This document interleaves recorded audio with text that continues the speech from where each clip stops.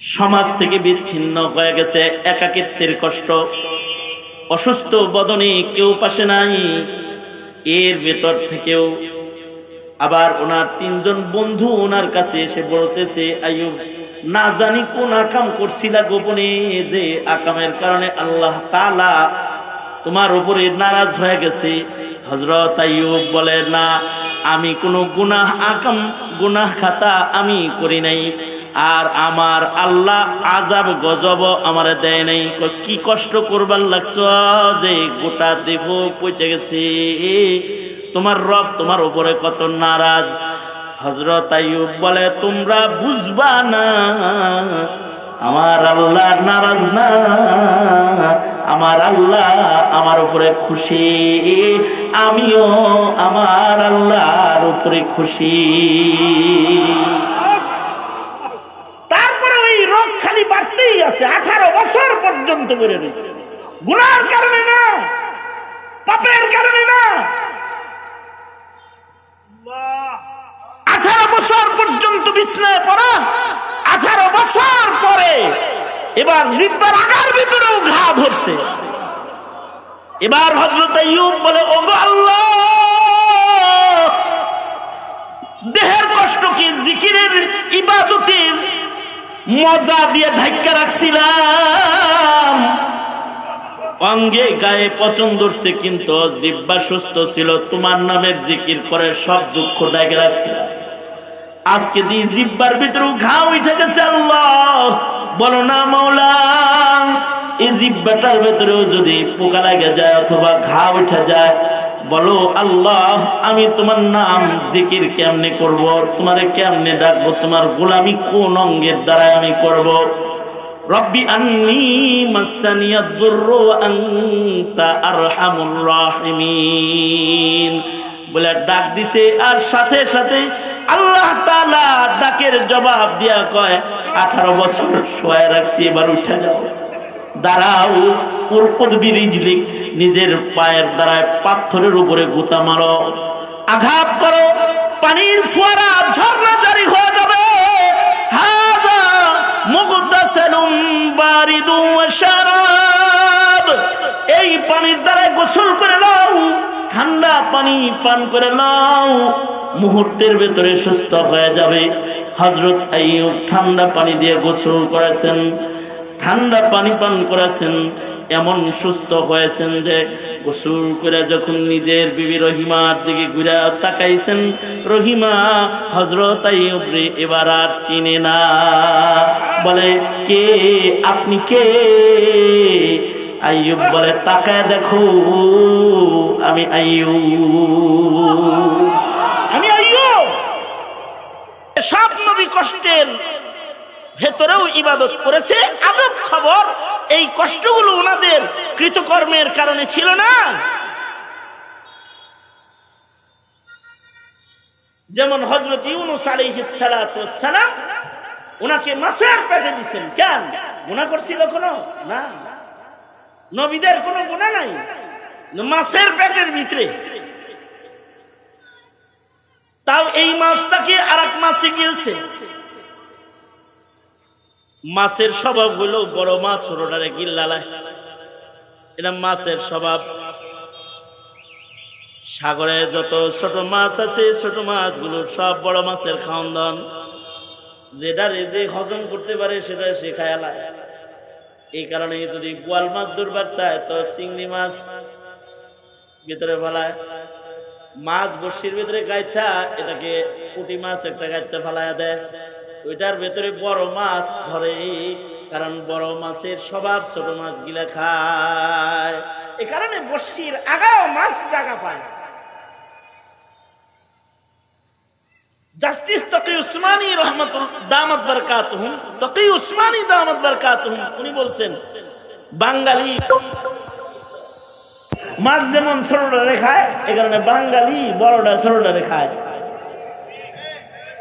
মিশ্রি খাতা হয় ভাতে মাছে, বাঙালি যে মাছ বেশি খায়, এ কারণে বড় ব্যবসায়ী ছোট ব্যবসায়ীরে গিলা হালায়, বড় নেতা ছোট নেতারে খায় হালায়, বড় শিক্ষিত ছোট শিক্ষিত গিল্লালায়। বড় বুদ্ধিজীবী ছোট বুদ্ধিজীবীরে গিলা ফেলায়, বড় মৌলবী ছোট মৌলবীরে গিলা লায়, বড় পীর ছোট পীররে গিলা লায়, খায়ালায়। স্বভাব হলো বড়টা ছোটটারে খায়। মাছের স্বভাব, মাছ ছোটটারে বড়টায় খায়। হযরত ইউনূসকে যে মাছটা পেটে নিছে, এই মাছটাকে আরেকটা মাছে গিলছে। এবার ইউনূস আলাইহিস সালাতু ওয়াস সালাম সাগরের অতল গহীনে আছে। আজব হালাত হলো, সাগরের নিচে ইউনূস আলাইহিস সালাতু ওয়াস সালামকে পালতেছে কে? আমাদেরকে পালে কে? আওয়াজ করে জোরে বলেন, পালনেওয়ালা কে? রব কে? চিল্লায় বলেন রব কে? রব কে? ডাক দেন ইয়া আল্লাহ, ইয়া আল্লাহ। রব পালনেওয়ালা কে? জোরে আওয়াজ করে বলেন কে? কবরেও জিজ্ঞাসা করা হবে, মান রব্বুকা, তোমার রব কে? বলেন রব কে? আল্লাহ। সাগরের ভেতরে, পানির ভেতরে, মাছের পেটের ভেতরে পালতেছেন কে? এইখানে অক্সিজেন পৌঁছাইতেছে আল্লাহ তাআলা।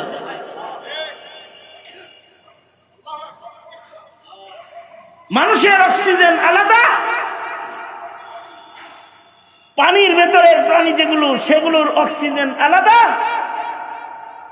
মাটির ভেতরে যে পোকাটা থাকে ওর অক্সিজেন আলাদা। কিছু পোকা আছে ওর জন্মই হয় মাটির ভেতরে, ও বড়ও হয় মাটির ভিতরে, মরেও মাটির ভিতরে, ওই এনেই মরেও যায়। ও না আলো বাতাস দেখে, সূর্যের আলো দেখে, না পানি পায়। মাটির ভেতরে বড় হয়, মাটির ভেতরে জন্ম হয়, মাটির ভেতরে মরেই যায়। এই মাটির ভেতরে অক্সিজেন কোত্থেকে পায়? ওর অক্সিজেনটাও মাটির থেকে আল্লাহ তাআলা দেয়।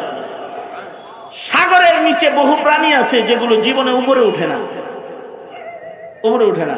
ওর জন্ম হয় সাগরের নিচে, থাকে সাগরের নিচে, মরেও সাগরেরই নিচে। এইখানে ওকে আল্লাহ তাআলা অক্সিজেন দিতেছেন, ও পানির থেকেই অক্সিজেন গ্রহণ করতেছে, পাথর থেকে অক্সিজেন গ্রহণ করতেছে। ইউনূস যে মাছের পেটে, ইউনূসের অক্সিজেন দিব কে? পানির নিচে তো মানুষের অক্সিজেন নাই, এ কারণে ডুবুরি পানির নিচে গেলে অক্সিজেন লইয়া তারপরে যায়। এমনকি প্লেন যখন উপরে উঠে তখন অক্সিজেন লইয়া তারপরে উঠে। প্লেন আকাশে উঠতেছে তো আগে অক্সিজেন ভরে, তারপরে উপরে চড়ে।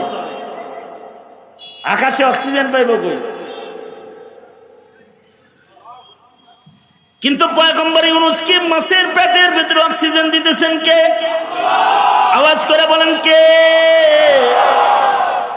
আশ্চর্য হালাত হলো, পয়গম্বর ইউনূসের মাছের পেটের ভেতরেও কানও খোলা আছে, মুখও খোলা আছে।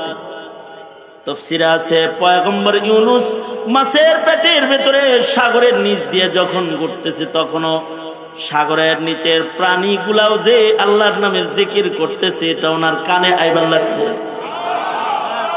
পয়গম্বর ইউনূসের জবানও মাছের পেটের ভেতরে খোলা আছে, তিনিও ডাকতেছে লা ইলাহা ইল্লা আনতা সুবহানাকা ইন্নী কুনতু মিনাল যালিমিন।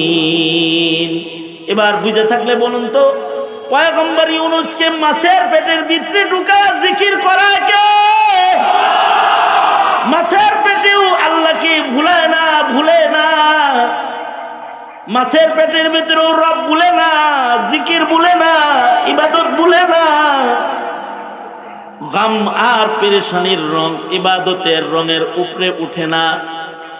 আল্লাহ তাআলাকে ওখান থেকেও ডাকবার লাগছে, তো আল্লাহ তাআলা বলে ফাস্তাজাবনা লাহু ওয়া নাজ্জাইনাহু মিনাল গাম। তখন আমি এই আল্লাহ ইউনূসের ডাকের জবাব দিয়ে দিছি। মাছের পেট থেকে আমায় ডাকছে, আমি আল্লাহ ডাকের জবাব দিয়েছি। ওয়া নাজ্জাইনাহু মিনাল গাম, এবং তাকে গভীর অন্ধকার থেকে আমি আল্লাহ বের করে এনেছি, নাজাত দিয়েছি। আমাদের আল্লাহ বলে ও কাযালিকা নুজিল মুমিনিন, ইউনূসের মতো এমন মুসিবতেও যদি কখনো পইরা যাও বান্দা, তাহলে আর কারোর দ্বারস্থ হইতে হবে না, আসি আমি আল্লাহ। আমাকে ডাকবা, ও কাযালিকা নুজিল মুমিনিন, মুমিনদের সাথে আমার মুআমালা এরকম। কেউ যেখানে মুমিনের কাছে নাই, সেখানেও মুমিনের কাছে আছে কি? তবে যে আমি যেটা বুঝাইতে চাই যে মানুষ তো নেককার, নবী কিন্তু কষ্ট থেকে খালি না। তার মানে কষ্ট যে পাইছে গুনার কারণে পাইছে নাকি দুনিয়ার রঙের কারণে পাইছে? দুনিয়ার রঙই এরকম যে আল্লাহ এখানে কাউকে কাউকে পরীক্ষা নেয়, রং বদলায় বদলায় দেয়, দেখি ইবাদতের রং ছুটে যায় না।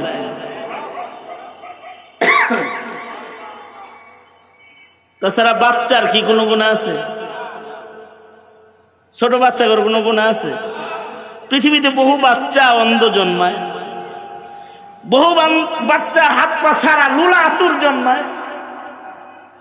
একটা বাচ্চার ছবি দেখলাম, আগুন লাগে শরীর পুরাটা পুড়ে গেছে। বাচ্চা, ওর কি অপরাধ? ওর যে কষ্ট হইতেছে এখন গুনার কারণে না, গুনার কারণে না। হায়াতের রং এরকম। আল্লাহ দেখায় যে দেখ, আমার যারে মনে চায় যেমনে রাখি, যারে যেভাবে রাখতে মনে চায় তেমনে তাকে রাখি। কাউকে মাছের পেটে রাখি, কাউকে একলা ফেলে রাখি, কাউকে জেলখানায় রাখি, কাউকে কাউকে আমি মাছের পেটে রাখি, কাউকে কুয়ার ভিতরে রাখি, কুয়ার ভিতরে ফেলায় রাখি। যারে যেমনে মনে চায় তেমনে রাখি। কিন্তু দেখ, আমার পছন্দের রং থেকে বান্দা দূরে না। কাউকে 18 বছর পর্যন্ত বিছানার ভিতরে ফেলায় থুয়ে দিছে।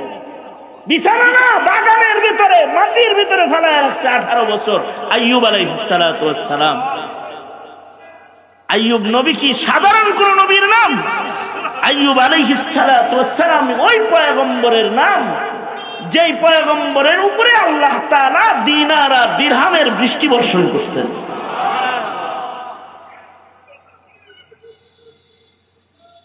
যে সকল নবীকে আল্লাহ তাআলা দুনিয়াতে শান শওকত দান করেছিলেন, যেমন হযরত সুলাইমান আলাইহিস সালাতু ওয়াস সালামকে আল্লাহ তাআলা শান শওকত দান করেছিলেন, শুধু মানুষের উপরে না, জিনের উপরেও। উনি মানুষের বাদশা ছিলেন, জিনদেরও বাদশা ছিলেন। টাকা পয়সা ধন দৌলত সর্বোচ্চ এই মাটির উপরে যে পাইছে সুলাইমান আলাইহিস সালাতু ওয়াস সালাম। পৃথিবীর কোন রাজা বাদশার রাজত্ব সুলাইমানি রাজত্বের উপরে কোনদিন উঠবে না। তিনি খালি মানুষের বাদশা না, জিনদের বাদশা। বর্তমান যুগের বড় ধনীও যে আছে, সর্বোচ্চ সে সোনার গাড়ি ব্যবহার করে। আর সুলাইমান হলো ওই ধনী, ওই রাজা বাদশা যে স্বর্ণের গাড়ি না, স্বর্ণের রাস্তা বানাইছে, সোনার রাস্তা। রানী বিলকিস 300 মন্ত্রী পাঠাইছে, 200 কোন বর্ণনায় আরো বেশি। প্রত্যেক মন্ত্রীর হাতে একটা করে ইট, স্বর্ণের ইট দিছে, যাও বাদশাকে নিয়ে একটা হাদিয়া দাও, বাদশার একটু খুশি করো। রানী বিলকিসের এই হাদিয়া নিয়া 300 ইট নিয়া 300 মন্ত্রী সুলাইমান আলাইহিস সালামের রাজ দরবারের দিকে রওনা। হুদহুদ পাখি এসে খবর দেয়, বাদশা ইটা লয়ে আইতেছে। ইটা কিসের ইটা জানেন? সোনার ইটা, স্বর্ণের ইট লয়ে আইতেছে হাদিয়া। এক একজনের পকেটে, এক ব্যাগের ভিতরে একটা একটা করে। হযরত সুলাইমান বললেন, বিলকিসে নিয়ে আমার জন্য স্বর্ণের ইট পাঠায়। ইনসজিন ওরা আমার রাজ দরবারে ঢোকার আগে আমার রাজ দরবারের এরিয়ার কয়লা ফটক থেকে শুরু করে, প্রধান ফটক থেকে শুরু করে আমার রাজমহলের গেট পর্যন্ত রাস্তা পুরাটা স্বর্ণ দিয়ে করবি, সোনার ইট বিছাবি, স্বর্ণের ইট বিছাবি, যা বিছা। সোনার ইট দিছে রাস্তা বানাইছে, আর রাস্তার দুই পাশে ইয়াকুত আর মারজান দিয়া গাছ বানাইছে, ফুল ফলের গাছ, ইয়াকুত আর মারজানের গাছ। রানী বিলকিস আসছে, রানী বিলকিসের লোকজন আসছে, গেটের কাছে এসে দেখে ব্যাগের ভিতরে রেশমি কাপড় দিয়ে পেঁচায়া ইট আনছে, কিন্তু গেটের কাছে আইয়া দেখে যে পায়ের নিচে ইট বিছানা আছে, ওর চেয়ে দামি গুলা। এবারে একটা আর একটারে কয়, কি ব্যাগে লয়ে ঘুরতেছিস আর কই যাইতেছিস, কোন রাজত্ব ভৈন্যির কাছ থেকে আইছিস আর রাজার দরবারে ঢুকতেছিস, এইগুলা কান্দে করে নেওয়ার দরকার নাই, এগুলা সব আপাতত গেটের কাছে রেখে যা, বোঝা যায় একুত মারজান জ্বলতেছে, তোর এগুলো সরে নেওয়ার কোনো সম্ভাবনা নাই, এগুলো সব এখানে রেখা যা। এমন মহা রাজত্ব আল্লাহ তাআলা হযরত সুলাইমানকে দান করেছেন যে স্বর্ণের ইট বিছায়া বিছায়া তিনি রাস্তা নির্মাণ করেছেন। এইরকমই আইয়ুব নবীও একজন শানওয়ালা নবী, যাকে আল্লাহ তাআলা আল দিছেন, মাল দিছেন, এমনকি আইয়ুব আলাইহিস সালাতু ওয়াস সালামের মাথার উপরে দিনার আর দিরহাম স্বর্ণ মুদ্রার বৃষ্টি আল্লাহ বর্ষণ করছেন। এই স্বর্ণের মুদ্রার বৃষ্টি বন্যা আইয়ুব, হঠাৎ করে আল্লাহ তাআলা রং পাল্টায়া দিছে।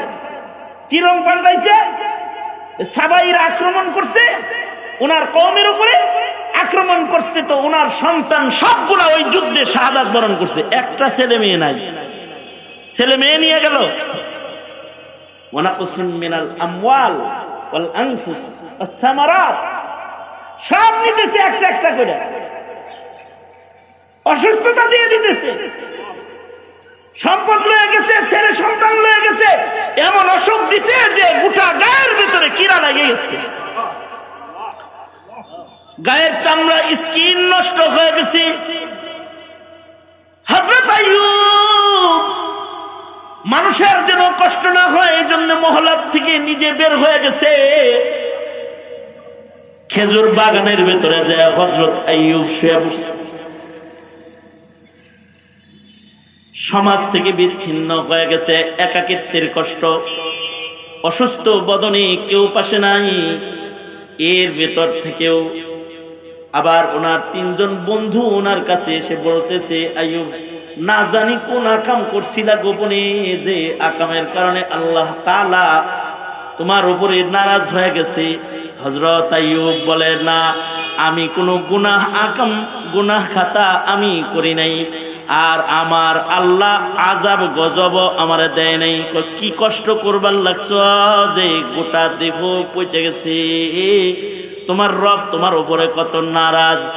হযরত আইয়ুব বলে, তোমরা বুঝবা না, আমার আল্লাহ নারাজ না, আমার আল্লাহ আমার উপরে খুশি, আমিও আমার আল্লাহর উপরে খুশি। তারপরে ওই রোগ খালি বাড়তেই আছে, 18 বছর পর্যন্ত বেড়ে রয়েছে, গুনার কারণে না, পাপের কারণে না। 18 বছর পর্যন্ত বিছনায় পড়া, 18 বছর পরে এবার জিহ্বার আগার ভিতরেও ঘা ধরছে। এবার হযরত আইয়ুব বলে, ওগো আল্লাহ, দেহের কষ্টকে জিকিরের ইবাদতের মজা দিয়ে ঢাকা রাখছিলাম, অঙ্গে গায়ে পচন ধরছে, কিন্তু জিহ্বা সুস্থ ছিল, তোমার নামের জিকির করে সব দুঃখ ঢাকা রাখছিলাম। আজকে দিয়ে জিহ্বার ভিতরেও ঘা উঠে গেছে। আল্লাহ বলো না মাওলা, এই জিহ্বাটার ভিতরেও যদি পোকা লাগে যায় অথবা ঘা উঠে যায়, বলো আল্লাহ আমি তোমার নাম জিকির কেমনে করব, তোমারে কেমনে ডাকবো, তোমার গোলামি কোন অঙ্গের দ্বারা আমি করব। রব্বি আন্নী মাসানিয়াদ দুররু ওয়া আনতা আরহামুর রাহিমিন বলে ডাক দিছে, আর সাথে সাথে আল্লাহ তাআলা ডাকের জবাব দিয়া কয়, 18 বছর শোয়া রাখছি, এবার উঠে যাও, দাঁড়াও। উরকুদ বিরিজলিক, নিজের পায়ের দ্বারায় পাথরের উপরে গুতা মারো, আঘাত করো, পানির ফোয়ারা ঝর্ণা জারি হয়ে যাবে। হাদা মুগতাসালুম বারিদু ওয়া শারাব, এই পানির দ্বারা গোসল করে নাও, ঠান্ডা পানি পান করে নাও, মুহূর্তের ভেতরে সুস্থ হয়ে যাবে। হযরত আইয়ুব ঠান্ডা পানি দিয়ে গোসল করেছেন, ঠান্ডা পানি পান করেছেন, এমন সুস্থ হয়েছেন যে গোসল করে যখন নিজের বিবি রহিমার দিকে ঘুরে তাকাইছেন, রহিমা হযরত আইয়ুবরে এবার আর চিনে না। বলে, কে আপনি, কে? আইয়ুব বলে, তাকায় দেখো, আমি আইয়ুব, আমি আইয়ুব। যখন সুস্থ হয়ে গেছে এবার হুয়া মিসলাহু, আল্লাহ তাআলা কয়, যা সন্তান নিছিলাম এগুলোও ফেরত দিছি, মাল নিছিলাম এগুলোও ফেরত দিছি, সব ফেরত দিয়ে দিছি। আবার যখন আবার জৌলুস হযরত আইয়ুবের, তখন একজন এসে বলে, আইয়ুব এখন ভালো আছো না তখন ভালো ছিলা? হযরত আইয়ুব বলে, এখন ভালো আছি, কিন্তু তখন কষ্টে ছিলাম তো, আল্লাহ কাছে ছিল, প্রতিদিন সকালে আর সাঁঝে আল্লাহ আমারে সরাসরি পর্দা ছাড়া ডাক দিয়া বলতো, আইয়ুব কেমন আছো তুমি? তখন আমি বলতাম, আলহামদুলিল্লাহ আল্লাহ আমি ভালো আছি। कभी सुख है कभी दुख है, यही का नाम दुनिया है। कभी सुख है कभी दुख है, यही का नाम दुनिया है। अभी क्या था अभी क्या है, यही दुनिया बदलती है। কখনো সুখ কখনো দুঃখ, এটা হলো এই পৃথিবীর রং। এ কারণে কখনো কখনো আল্লাহ তাআলা বাচ্চাদেরকেও কষ্ট দেয়। বাচ্চাদের কোনো গুনাহ নাই, কিন্তু বাচ্চাকেও কষ্ট দেয়। আল্লাহ তাআলা বাচ্চা ইউসুফকে কষ্ট দিতেছে, বাবার কোল থেকে আলাদা করে ফেলেছে, ভাইদেরকে দুশমন বানায় দিয়েছে। একই পিতার ঔরসের জন্মগ্রহণ করা ভাইরা ইউসুফের দুশমন হয়ে গেছে। ভাইরা নিজের হাতে ধৈর্যা হযরত ইউসুফ ওনাকে অন্ধকার কুয়ার ভিতরে ছাইরা দিছে। বাচ্চা ইউসুফের উপরে আল্লাহ তাআলা মুসিবত দিয়েছে, গুনার কারণে না। এটা আল্লাহ পাকের নিয়ম। কখনো কখনো নেককারদেরকেও আল্লাহ তাআলা কষ্ট দান করেন। ইউসুফ আলাইহিস সালাতু ওয়াস সালামকে কূপের ভিতরে ছাইরা দিছে। পয়গম্বর ইউসুফ কুয়ার ভিতরে পড়তেছেন, দুশমন হলো নিজের ভাই বেরাদার। ভাইরা ধইরা ইউসুফ নবীকে কুয়ার ভিতরে ছাইরা দিছে।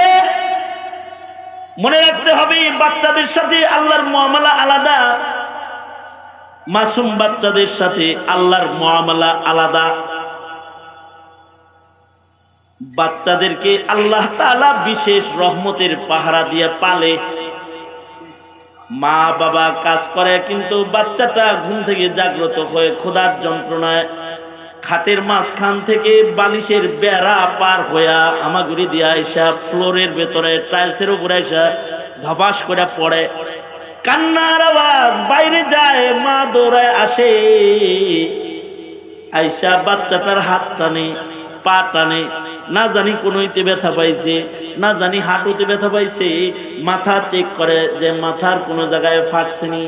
না না, বাচ্চাটা পড়ার সময় ভয় পায় কাঁদছে। বাচ্চাটারে ফেলে আল্লাহ, কিন্তু আবার ফিরিস্তা করে কয়, দরিস কিন্তু ব্যথা জেনি পায় না, ফাটে না যেন, ভাঙ্গে না যেন, রক্ত বাইরে না যেন। এই পৃথিবীর কোনো বাচ্চাকে খাটের থেকে পইরা ফাটতে দেখা যায় না, কারণ বাচ্চাটাকে রহমতের হাত দিয়া আল্লাহ তাআলা পালতেছে। দোতলা থেকে বাচ্চা পড়ে গেছে, কিন্তু নিচে পড়ে দৌড় দিছে। মোটর সাইকেলের চাক্কার বাড়ি লাগিয়া বড় মানুষের পাও ভেঙে গেছে, কিন্তু বাচ্চা দৌড় দিছে। মোটর সাইকেল পড়ে গেছে, যে বাচ্চার গায়ের উপর দিয়ে যায় সাইকেল পড়ছে, আরোহীর পাও ভাঙছে, কিন্তু বাচ্চা ওইটা দৌড় দিছে।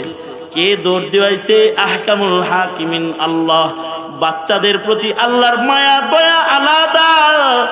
এই কারণেই আল্লাহর রাসূল দোয়া শিখাইছে, একটা আজব দোয়া, আল্লাহুম্মা ওয়াকিয়াতান কাওয়াকিয়াতিল ওয়ালিদ। আমার সাথে পড়েন, আল্লাহুম্মা আল্লাহুম্মা ওয়াকিয়াতান কাওয়াকিয়াতিল ওয়ালিদ। ও আল্লাহ, আপনি আমার সাথে ওই মুআমালা করেন যেটা বাচ্চার লগে আপনি করেন, সেটা আমার লগে করেন। ইউসুফ নবী তো বাচ্চা, কুয়ায় ফেলছে, তো মুআমালা আবার আল্লাহ ওইটা করবার লাগছে। জিবরাইলকে বলে, এই জিবরাইল, সিদরাতুল মুনতাহায় বসে আছো, যাও। ইউসুফকে ভাইরা নিচে ছাড়ছে, পাতায় পানি লাগে না যেন, কোলে লইবা, পানিতে পড়া লাগে, তাড়াতাড়ি কোলে নাও। হযরত জিবরাইল এক দৌড় দিছে। ইউসুফ নবী কুয়ার উপর থেকে নিচে যাওয়ার আগে হযরত জিবরাইল আইসা পয়গম্বর ইউসুফকে পর বিছায়া পাখনা দিয়া কোলে লয়ে নিছে। বাণিজ্যিক কাফেলা আসছে, পানি উঠাইব। বলার উদ্দেশ্য হলো ইউসুফ কত ছোট যে পানির জায়গায় ইউসুফ রে বালতিতে বসায় দিছে, আর উপর থেকে টাইনা টাইনা ইউসুফ রে উপরে তুলতেছে। পানি মনে করে উপরে তুললে দেখে সুন্দর একটা বাচ্চা তুলছে। এই বাচ্চা এত লোকে ভাগ করলো কেমনে? ঝগড়া, এটার বাজারে বেচো। এই ইউসুফকে বাজারে বিক্রি করা হইতেছে, গুনার কারণে না, গুনার কারণে না, বাজারে বিক্রি হচ্ছে ইউসুফ গোলাম হিসেবে। বাজারের ভিতরে গোলাম বানায় বেচছে, আবার এই গোলাম রাজমহলে লয়ে গেছে। আজিজে মিসরের ঘরে লইছে, তো আজিজে মিসরের বউ জুলাইখা নিজে পাগল হইছে। কত বড় কঠিন মুসিবত যে জুলাইখা দরজা বন্ধ করে অন্দর মহলের ভিতরে ঢুকায় ইউসুফকে বলে, ইউসুফ, তোমার সাথে বনবাসনা পোড়া করতে এখানে তোমার এনেছি। এই অন্ধকার কুঠুরির ভেতরে যে গোপন মহলের গোপন জায়গা, কামরার ভেতরেও ইউসুফ গোলামীর রঙের বাইরে না, সেখানেও পয়গম্বর ইউসুফ আল্লাহকে ভুলে না। যেখানে জুলাইখা সবগুলো দরজা আটকায় চাবি কোমরে লইয়া ইউসুফের দিকে হামলা করেছে, ওইখানেও ইউসুফের ভেতরে গোলামীর রং, তাকওয়ার রং। বন্ধ দরজার দিকে ইউসুফ দৌড় দিছে, চাবিবিহীন কুদরতের দ্বারা সব তালা খুলছে আসমানের মালিক আল্লাহ। কিন্তু যেখানে বাঘের বয়স, সেখানে রাত পোকায় দরজা খুলে দেখে আজিজ মিসর। নতুন মুসিবত আবার আর একটা দিছে, পালাক্রমে মুসিবত। জুলাইখা বলে, দেখছ কেমন অপদার্থ গোলাম মনিবের বিবির গায়ে হাত দেয়, দেখছ জামা কাপড় ছিঁড়া ফেলাইছে, দেখছ নিজ জেনার জন্য আমার অন্দর মহলে চলে এসেছে। ইউসুফ বলে, আল্লাহ, আর সহ্য করতে পারি না গো আল্লাহ। আল্লাহ তাআলা ডাক শুনে ফেলেছে, মালিকের নিজামের উল্টা আল্লাহ তাআলা বাচ্চার জবান খুলে দিয়েছে। বুড়া মানুষ তোর পক্ষে কথা বলবে না, আজিজ মিসরের ভয়ে যা, এমন মানুষকে কথা বলাইলাম যার কথার চাবি আমার কাছে আছে। বাচ্চায় বলে, সাবধান আজিজ মিসর, যাকে তাকে জানি হিসাবে তোহমত দিবা না। জামা চেক করো, জামা চেক করো, জামা চেক করো, পেছনে যদি ছেঁড়া পাও বুঝবা জুলাইখা দুর্বল লেগেছে। দেখো তাড়াতাড়ি, নিষ্পাপ নির্দোষ হয়ে গেলেন, তারপরেও জেল মাফ নাই। পয়গম্বর ইউসুফকে জেলের ভেতরে ঢুকায় ফেলেছে। আল্লাহ তাআলা নির্দোষকেও জেলে ঢুকায়। সবাই খুন করে জেলে যায় না, সবাই ককটেল মেরে জেলে যায় না, সবাই মানুষ হত্যা করে জেলে যায় না। কেউ কেউ ইউসুফের মতো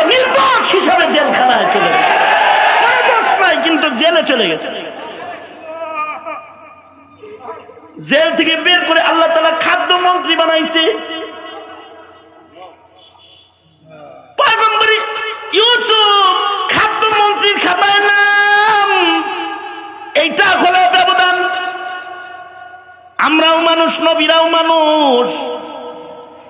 মুসিবতের ভেতরেও নবীরা আল্লাহকে যেমন ভুলে না, আয়েশা ও নুসরতের ভেতরেও তারা আল্লাহকে ভুলে না।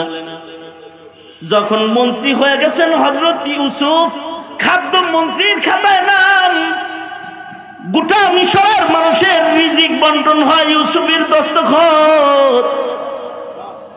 ওই সময় হযরত ইউসুফ আলাইহিস সালাম সেহরি খান এক গ্লাস পানি দিয়া, ইফতার করেন এক গ্লাস পানি দিয়া, আর কিছু খায় না। আজিজে মেসের বলে, আল্লাহর পয়গম্বর ও মন্ত্রী মহোদয়, খাদ্য গুদামের চাবি আপনার হাতে, কিন্তু আপনি নাকি সাহারির সময় এক গ্লাস পানি পান করেন, আর আপনি নাকি ইফতার করেন পানির দ্বারায়, অন্য কোনো দানা পানি নাকি আপনি খান না, এমন নাকি বেশিরভাগ আপনার হয়, এমনটি কেন করছেন?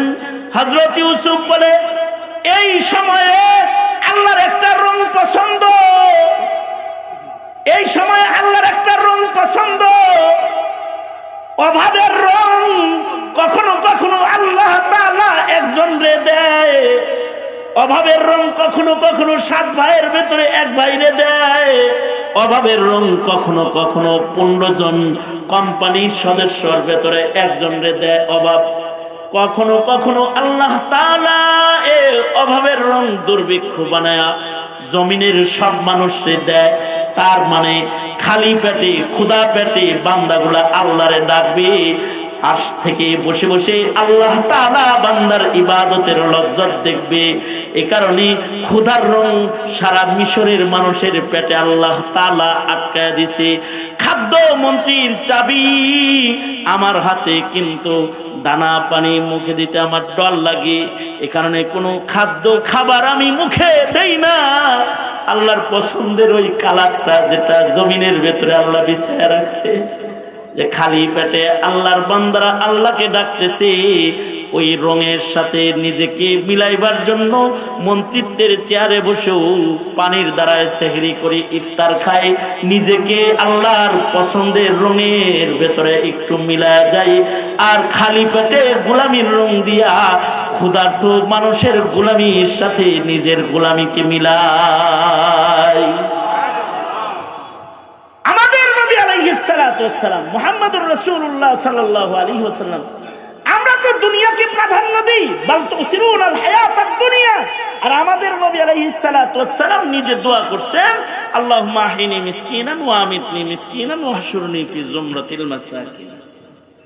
আমাদের নবী আলাইহিস সালাতু ওয়াস সালাম পেটে পাথর বেঁধেছেন, আমাদের নবী আলাইহিস সালাতু ওয়াস সালামের ঘরে লাগাতার চুলায় আগুন ধরে নাই 2 মাস। নবীজি ক্ষুধার যন্ত্রণায় শুধু পানি পান করে দিন আর রাত কাটিয়েছেন। এক টুকরা খেজুর অথবা এক ঢোক দুধ খেয়ে আল্লাহর রাসূলের গোটা দিন অথবা গোটা রাত চলে গেছে। অথচ আল্লাহর রাসূল যদি সুলাইমানের মতো বলতেন, আয় আল্লাহ আপনি আমাকে রাজত্ব দেন, আয় আল্লাহ উহুদ পাহাড় স্বর্ণ বানায়া দেন, আল্লাহ তাআলা উহুদ পাহাড়কে সোনা বানায়া দিতেন। কিন্তু আল্লাহর রাসূল ফকর ফাকাকে গ্রহণ করেছেন ইখতিয়ারি, ইজতিরারি না, যে শেয়ার বাজারে আগুন লাগে অভাবে পড়ছে, এরকম না, ইখতিয়ারি ভাবেই ফকর ফাকাকে গ্রহণ করেছেন। এই ফকর ফাকাকে গ্রহণ করে আল্লাহর রাসূল আনেওয়ালা বান্দাদের জন্য দারিদ্রতা সহকারে ইবাদতের সবক দিয়ে গেছে। আমি রাসূল যদি পেটে পাথর বেঁধে গোলামি করতে পারি, তুই ভ্যান চালায়া কেন পারবি না, তুই রিক্সা চালায় কেন পারবি না, তুই ক্ষুধার যন্ত্রণা নিয়ে কেন আল্লাহকে ডাকতে পারবি না? তুই আমার উম্মত না? যদি তুই আমারে ডাকিস, তাহলে ও ধনী আবেদের চাইতে 500 বছর আগে, 70 বছর আগে তুই জান্নাতের ভিতরে আল্লাহর সাথে দেখা করবি। এজন্যে মুখতালিফ রঙের দুনিয়ার ভিতরে আল্লাহর পছন্দ, আমাদের ভিতরে ইবাদতের রং। দুনিয়াকে যেন কখনো প্রাধান্য না দিই, প্রাধান্য পাবে আখিরাত, প্রাধান্য পাবে ইবাদত। قد أفلح من تزكى وذكر اسم ربه فصلى بل تؤثرون الحياة الدنيا والآخرة خير وأبقى إن ইন্না হাযা লাফিস সুহুফিল উলা সুহুফি ইব্রাহিম ওয়া মূসা। আখিরাতি স্থায়ী, আখিরাতি সবচেয়ে উত্তম। নবী রাসূলরা আখিরাতকে ধরেছে, পূর্বের যুগেও এই বর্ণনা মানুষকে দেওয়া হয়েছে। এই কারণে আমরা যারা আছি, নগদ দুনিয়া যেন ধোঁকা দিয়ে কখনো গোলামি থেকে আমাদেরকে দূরে না সরায়। গোলামির রংটা যেন হয় আমাদের আসল রং। আর দুনিয়ার যা কিছু আমাদের সামনে আসবে, এটা জরুরতের কারণে আসবে, এটার মোহাব্বত দিলের ভেতরে ঢুকানো যাবে না। আত্মশুদ্ধির মাধ্যমে, জিক্রুল্লাহর মাধ্যমে, ইবাদত বন্দিগির মাধ্যমে নিজের কলবের ভেতরে আল্লাহকে বসায় যারা রাখতে পারবে তারা সফল কাম হতে পারবে। যারা দুনিয়াকে অগ্রাধিকার না দিয়া ইবাদতকে অগ্রাধিকার দিবে তারা সফল কাম গোলাম হয়ে যাবে। ওই মেহনত করো ভাই, দুনিয়ার চাকচিক্যের পেছনে পড়ে ইবাদত যেন নষ্ট না হয়। খুব হুঁশিয়ার। ইনশাআল্লাহ আর নামাজ, এক ওয়াক্ত নামাজ কাজা হবে না ইনশাআল্লাহ। আল্লাহ ওয়াদা করিতেছি, কোনদিন নামাজ কাজা করব না, জিকির ছাড়ব না, তিলাওয়াত ছাড়ব না, গুনাহ খাতা করব না, আলেমদের সান্নিধ্য ভুলব না, আল্লাহওয়ালাদের সোহবত ভুলব না, আলেমদের বিরোধিতা করব না, আলেমদেরকে গালি দিব না ইনশাআল্লাহ। ইনশাআল্লাহ। মুহাম্মদুর রাসূলুল্লাহ সাল্লাল্লাহু আলাইহি সাল্লাম যেমন ইচ্ছাকৃত ফকর ফাকাকে গ্রহণ করেছেন, কিয়ামত পর্যন্ত নবীর নায়েবরা ইচ্ছাকৃত যাকাত খাওয়ার কাফেলায় যোগদান করেছেন। টাকার পেছনে আহলে ইলমরা ঘুরে না, আল্লাহওয়ালারা ঘুরে না। টাকা সুলাইমানের পেছনে যেমন ঘুরেছে, আলেমদের পেছনে ঘুরে। কেউ যদি এক কাপড়েও থাকে নবীজির মতো ইচ্ছাকৃত ফকর ফাকাকে বরণ করে, তারা হিফাজতে দ্বীন, হিফাজতে ইসলাম, ইসলামের হিফাজত, দ্বীনের হিফাজত, দ্বীনের তারবিয়তের জন্য জিন্দেগি তারা অক্ষ করে দেয়। সুতরাং দেশের আলেমদেরকে ফহিন্নির দল মনে করবা, নায়েবের দল মনে করবা, নায়েবের দল মনে করবা, নায়েবের দল মনে করবা, ফহিন্নির দল মনে করবা না। এরা ফকিন্নির দল না, এরা ইচ্ছাকৃত ফকর ফাকাকে গ্রহণ করেছে লিল্লাহ, আল্লাহর জন্য। এই মৌলবীরা যদি তোমাদের মতো দুনিয়ার তেলেসমাতিতে ঘুরতো, তাহলে তোর জানাজা পড়ানোর লোক খুঁজে পাতি না, জানাজা পড়ানোর জানাজা পড়ানোর মানুষ পাওয়া যেত না। সঙ্গত কারণে এ কাফেলার কাছে দ্বীন অগ্রাধিকার, আখিরাত অগ্রাধিকার। হযরত আলী বলেছেন, কুনু মিন আবনাইল আখিরাহ ওয়ালা তাকুনু মিন আবনাইদ দুনিয়া। দুনিয়ার সন্তান হইস না, আখিরাতের সন্তান হ। আল্লাহ তাআলা বুঝবার তৌফিক দান করেন। গুনাহ খাতা আমি করি নাই, আর আমার আল্লাহ আযাব গজব আমারে দেয় নাই। কি কষ্ট করবার লাগছো যে গোটা দেব কইতে গেছে তোমার রব।